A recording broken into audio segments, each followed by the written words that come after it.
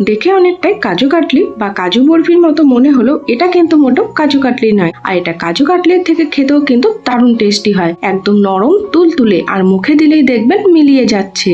তো এই নববর্ষে আর একঘেয়েমি মিষ্টি না বানিয়ে একবার কিন্তু এই তিল আর বাদামের বরফিটা বানিয়ে দেখতে পারেন। এটা একবার খেলে কিন্তু এর স্বাদ সহজে ভুলতে পারবেন না। তো চলুন বেশি দেরি না করে ঝটপট এই তিল ও বাদামের বরফি রেসিপিটি দেখে নেওয়া যাক। আর আমার ভিডিও যদি আপনাদের ভালো লেগে থাকে তাহলে অবশ্যই আমার চ্যানেলটি সাবস্ক্রাইব করে আমার পাশে থাকবেন। আমি দুদিন অন্তর নতুন নতুন রান্নার ভিডিও আমার চ্যানেলে পোস্ট করে থাকি। তিল ও বাদামের বরফি বানানোর জন্য এখানে একটা প্যানের মধ্যে দিয়ে দিলাম 1 বাটির থেকে একটু কম তিল। বাজারে যে সাদা তিল পাওয়া যায় সেই তিল আমি এখানে 1 বাটির থেকে একটু কম ব্যবহার করেছি। এবার গ্যাসের ফ্লেমটা একদম লোতে রেখে সমানে নেড়েচেড়ে কিন্তু এই তিলগুলো ভেজে নিতে হবে।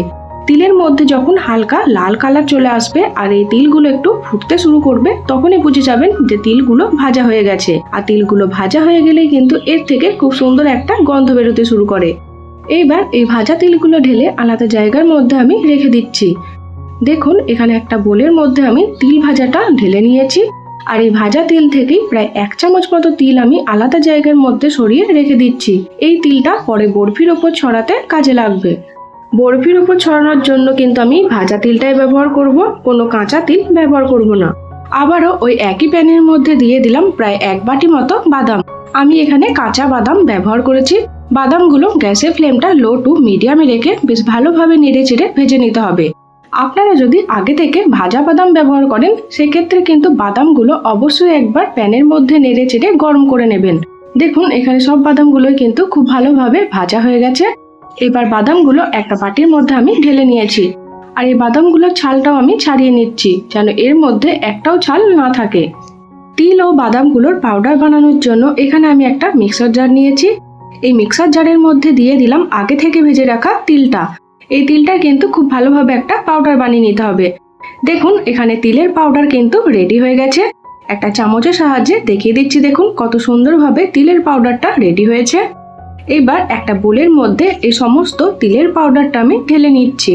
আবারও ওই একই মিক্সার জারের মধ্যে দিয়ে দিলাম আগে থেকে ভেজে রাখা বাদামগুলো। বাদামগুলোরও কিন্তু পাউডার বানিয়ে নিতে হবে। তবে এই তিল ও বাদামের পাউডার বানাবার আগে কিন্তু তিল ও বাদামটা খুব ভালোভাবে ঠান্ডা করে নিতে হবে। গরম থাকলে কিন্তু এগুলো থেকে তেল বেরিয়ে যেতে পারে। দেখুন এখানে বাদামের পাউডারও কিন্তু রেডি হয়ে গেছে। যে বোলের মধ্যে আমি তিলের পাউডারটা ঢেলে রেখেছিলাম তার মধ্যেই আমি সমস্ত বাদামের পাউডারটা ঢেলে দিলাম। এবার তিল ও বাদামের পাউডারটা চামচের সাহায্যে খুব ভালোভাবে আমি মিশিয়ে নিচ্ছি। বরফি বানাবার জন্য আমি এখানে একটা কড়াই নিয়েছি। আর এই কড়াইয়ের মধ্যে দিয়ে দিলাম প্রায় 1 কাপ মতো লিকুইড গরুর দুধ। দুধ যখন হালকা গরম থাকবে তখন এর মধ্যে দিয়ে দেব বড় চামচের প্রায় 3 চামচ মতো মিল্ক পাউডার। এই মিল্ক পাউডারটা দেওয়ার ফলে কিন্তু বরফির টেস্ট অনেক গুণ বেড়ে যায়, তাই এটা আপনারা দেওয়া স্কিপ করবেন না। আর দিলাম 1/2 বাটি মতো চিনি। যে বাটিতে মাপ করে তিল ও বাদাম দিয়েছিলাম সেই বাটিতে মাপ করে আমি এখানে 1/2 বাটি মতো চিনি ব্যবহার করেছি। আর মিষ্টির পরিমাণটা কিন্তু আপনারা নিজেদের পছন্দ মতো কম বেশি করে নিতে পারেন। মিল্ক পাউডার ও চিনিটা দুধের সাথে খুব ভালোভাবে নেড়েচেড়ে আমি মিশিয়ে নিচ্ছি। আর প্রায় 2 মিনিটের জন্য রান্না করে নেব। যখন দুধ ফুটে আসবে তখন এর মধ্যে দিয়ে দেব আগে থেকে বানিয়ে রাখা তিল ও বাদামের পাউডার। এই তিল ও বাদামের বরফিটা খেতে কিন্তু দারুণ লাগে। আপনারা এখনো অবধি যদি বানিয়ে না থাকেন তাহলে একবার কিন্তু বানিয়ে দেখতে পারেন। তিল ও বাদামের পাউডারটা লিকুইড দুধের সাথে কিন্তু খুব ভালোভাবে নেড়েচেড়ে মিশিয়ে নিতে হবে। খুব তাড়াতাড়ি কিন্তু এটা ঘন হয়ে আসে, তাই গ্যাসের ফ্লেমটা একদম লোতে রেখে এই রান্নাটা করবেন, না হলে কিন্তু নিচে থেকে লেগে যেতে পারে। তিল ও বাদামের এই বরফিটা বানানো কিন্তু খুবই সহজ আর খুবই কম টাইমের মধ্যে কিন্তু এটা রেডি হয়ে যায়। আর একবার বানিয়ে প্রায় 1 থেকে 2 সপ্তাহের জন্য আপনারা ফ্রিজে রেখে কিন্তু স্টোর করতে পারবেন। প্রায় 2 মিনিটের জন্য নেড়ে চেড়ে কিন্তু আমি রান্না করে নিয়েছি। আর দেখুন বেশ অনেকটাই কিন্তু ঘন হয়ে এসেছে। এই সময় এর মধ্যে দিয়ে দিচ্ছি প্রায় 1 চামচ মতো ঘি। ঘিটা দেওয়ার পরও কিন্তু আবারও নেড়ে চেড়ে প্রায় 3 থেকে 4 মিনিটের জন্য রান্না করে নেব। দেখুন প্রায় 4 মিনিটের জন্য রান্না করে নেওয়ার পর কিন্তু এটা বেশ অনেকটাই ঘন হয়ে একদম বরফির ডোয়ের মতো হয়ে এসেছে আর কড়াই থেকে ছাড়তে শুরু করে দিয়েছে। এই সময় আমি গ্যাসের ফ্লেমটা বন্ধ করে দেব। যখন দেখবেন এই বরফির ডোটা কড়াই থেকে ছাড়তে শুরু করে দিয়েছে আর এর থেকে অল্প অল্প করে তেল ছাড়ছে, তখনই বুঝবেন আমাদের বরফি কিন্তু একদম রেডি হয়ে এসেছে। এবার সঙ্গে সঙ্গে এই বরফিটা আমি একটা থালার মধ্যে ঢেলে দিচ্ছি। যেহেতু বরফিটা এখন খুবই গরম আছে, তাই স্প্যাচুলার সাহায্যে এইভাবে থালার চারিদিকে আমি খুব ভালোভাবে ছড়িয়ে দিচ্ছি। যে পাত্রের মধ্যে আপনারা এই বরফিটা সেট করবেন সেই পাত্রের মধ্যে কিন্তু আগে থেকেই তেল বা ঘি ব্রাশ করে রাখবেন। আমি কিন্তু এই থালাটার মধ্যে আগে থেকেই অল্প একটু করে ঘি ব্রাশ করে রেখেছিলাম। যে ভাজা তিলটা আমি তুলে রেখেছিলাম সেই তিলটা আমি এই বরফির ওপর থেকে খুব ভালোভাবে ছড়িয়ে দিচ্ছি আর স্প্যাচুলার সাহায্যে আবার একটু চেপে দিচ্ছি, যাতে বরফির মধ্যে এই গোটা তিলগুলো খুব ভালোভাবে লেগে যায়। আর বরফিটা কিন্তু একদম গরম থাকা অবস্থাতেই সঙ্গে সঙ্গে থালার মধ্যে দিয়ে দিতে হবে, না হলে কিন্তু বরফিটা সেট করা যাবে না। দেখুন বরফিটা কিন্তু এখানে আমি থালার মধ্যে বেশ চারিদিকে ছড়িয়ে সেট করে নিয়েছি।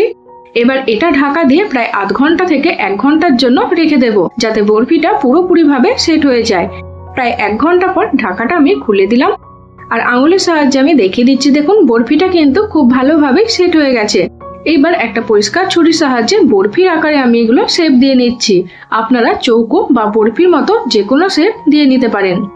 তো এই নববর্ষে আর বাইরে থেকে মিষ্টি না কিনে এনে বাড়িতেই কিন্তু একবার এই দারুণ সুস্বাদু বাদাম ও তিলের বরফিটা বানিয়ে দেখতে পারেন।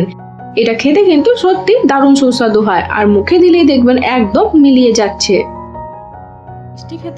হঠাৎ করে মিষ্টি খেতে ইচ্ছা করলেও কিন্তু আপনারা এই বাদাম ও তিলের বরফিটা বানিয়ে নিতে পারেন। এটা বানাতে কিন্তু খুবই কম টাইম লাগে আর কম ঝামেলার মধ্যে রেডি হয়ে যায়। দেখুন এখানে ছুরির সাহায্যে কেটে আমি সব বরফির পিসগুলো বার করে নিয়েছি। এবার একটা বরফির পিস আমি তুলে দেখিয়ে দিলাম। দেখুন কত সহজভাবে এই বরফির পিসগুলো থালা থেকে উঠে চলে এলো। এইবার একটা প্লেটের মধ্যে এক এক করে এই বরফির পিসগুলো আমি সাজিয়ে নিচ্ছি। তো আর একদম বেশি দেরি না করে নববর্ষ উপলক্ষে বাড়ির সকলের জন্য কিন্তু আপনারা এই তিল ও বাদামের বরফিটা বানিয়ে নিতে পারেন। দেখুন এখানে একটা বরফি আমি ভেঙে দেখিয়ে দিচ্ছি। দেখে বুঝতেই পারছেন ঠিক কতটা নরম আর মোলায়েম হয়েছিল। একটা বরফি খেলেই বুঝতে পারবেন যে এটা মুখে দিলে কিন্তু একদম মিলিয়ে যাবে। তো আমার এই দারুণ স্বাদের আর একদম নতুন ধরনের তিল ও বাদামের বরফির রেসিপি আপনাদের কেমন লাগলো কমেন্ট বক্সে জানাতে ভুলবেন না। আর আমার ভিডিও যদি আপনাদের ভালো লেগে থাকে তাহলে অবশ্যই আমার চ্যানেলটি সাবস্ক্রাইব করে আমার পাশে থাকবেন।